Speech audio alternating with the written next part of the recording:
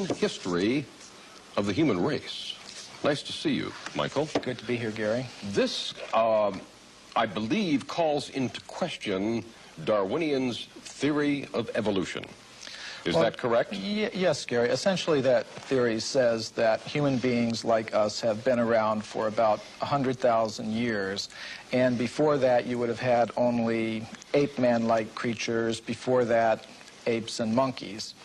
What we found, however, when we looked into the entire history of archaeology, my co-author and I did 8 years of research. We looked at every archaeological discovery that's ever been made, and what we found is that there are hundreds of such discoveries that indicate human beings like ourselves have been around for literally millions of years. What's been the reception to this book? Oh, there's been, from the spokespersons of the scientific establishment, there has been absolute outrage.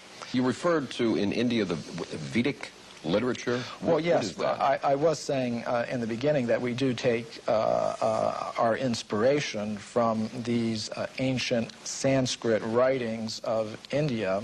They're collectively called the Vedas. Among them are the Puranas. Purana is a Sanskrit word. It means history.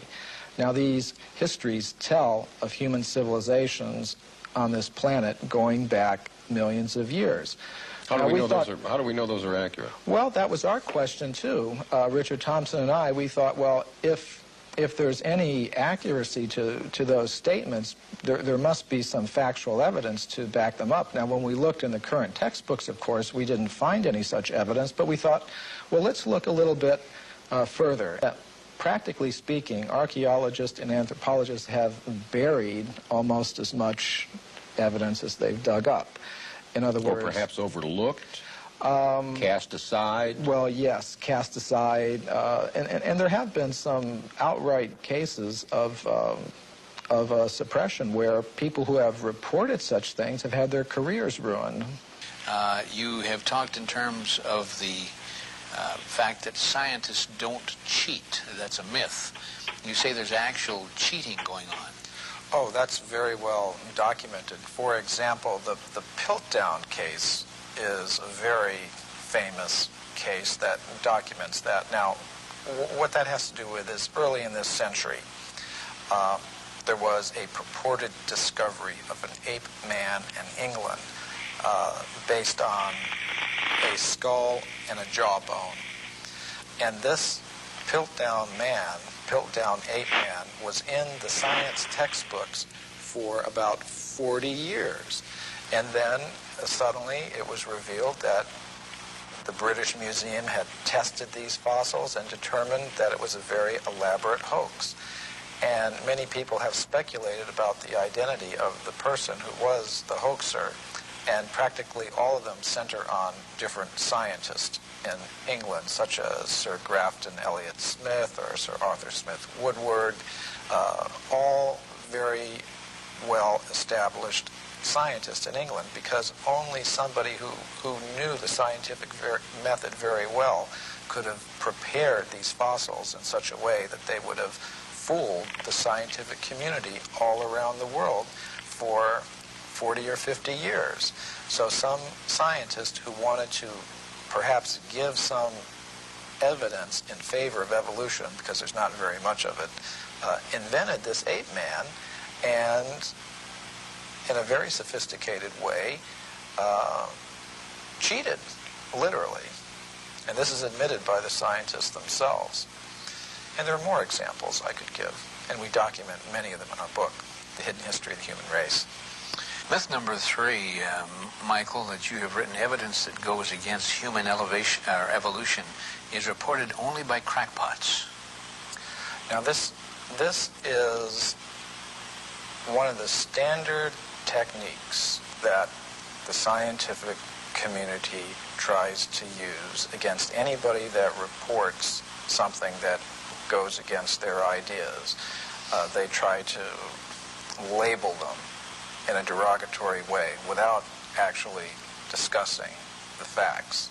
This human person who looked like us, existed millions of years ago, did not evolve from an ape, as we are led to believe in the Darwin theory. Why has this evidence been suppressed, and what kind of evidence have you found to support this? Well, I'll give you a very good example. Now, one example from historical times is during the California gold rush days, miners were digging tunnels thousands of feet into the sides of mountains. Now, the rock in these mountains is over 10 million years old. So when they were digging these tunnels, they were finding human skeletons, they were finding mortars and pestles, hundreds of them at dozens of locations. Now, all these were gathered together, reported to the scientific world by J.D. Whitney, who was the state geologist of California. And he published a massive book about them by Harvard University. Harvard University was the publisher. Now, what happened to these artifacts? Why aren't they on display in museums? Why aren't our children taught about them in schools? There was a very powerful anthropologist at the Smithsonian Institution named William H. Holmes. And he said to Whitney, you, Dr. Whitney, if you had understood the theory of human evolution as we understand it today, you would have hesitated to announce your conclusion, namely that human beings existed millions of years ago, despite the imposing array of facts with which you were confronted. In other words, simply because the facts didn't fit the theory, the facts had to go, and so did Professor Whitney. What possible advantage would there be in that? Well, power, prestige, money, there's a lot riding on it. If even one of the hundreds of cases that we document in the hidden history of the human race were found to be true, accepted, that would mean that everything we've been told about human origins and antiquity for the past 150 years is simply not true. And I don't think that the current establishment is ready to admit that. How long ago do you think that this evidence was suppressed? I mean, is this something that's been going on for years and years? Yes, this has been going on for about 150 years. Well, gee, don't we have all these machines now that can look at the footprints or the bones or whatever, and that will just tell us how old it is? Oh, this is a very common perception. We have such faith in technology and those who employ it that when we hear about things like carbon-14 testing or potassium-argon testing, we think it really is a very simple process, almost like you pop something in the microwave and boom, it comes out. It's not like that at all. These are very complicated procedures. What I found in practice is that scientists may run several tests on the same piece of bone. Some of the ages will be very great, some very small, and they will tend to pick the date to publish in their scientific literature that most fits the idea that they start out with about how old the fossil should be. Now that often happens. We've placed spokespersons from the scientific community on a little bit of a pedestal, and we may need to give them the same sort of treatment that we would give to spokespersons from other groups in society. I'm here, and doggone it, I want to get the information out. I want to get at the truth. I guess that's what it is. Why does Dr. Steen McIntyre feel the need to protect her artifacts from her more mainstream colleagues? Why are contradictory findings being met with contempt instead of excitement? Some researchers charge it's because these new findings would turn modern anthropology on its head. This is actually the subject of a presentation I shall be making in New Delhi to the World Archaeological Congress called Puranic Time in the Archaeological Record. And the concept of time that you do find in the Puranas is, in fact, cyclical. Now, what might one predict from that? Say if you have civilizations coming and going over vast periods of time, perhaps you might have humans and other ape-man-like creatures coexisting. I will mention that the Puranas do talk about intelligent races of ape-like creatures that use stone tools.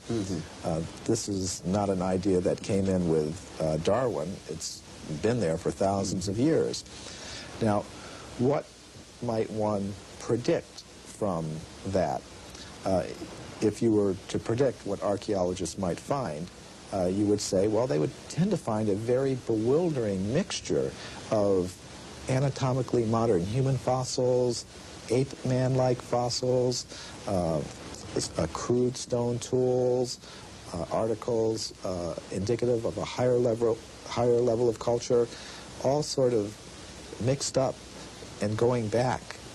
I think you might also predict that given the biases of investigators towards a linear progressive idea of time, with things beginning in a very simple state and progressing in a linear fashion to a more advanced state, that they might edit that record to conform to their linear progressive biases.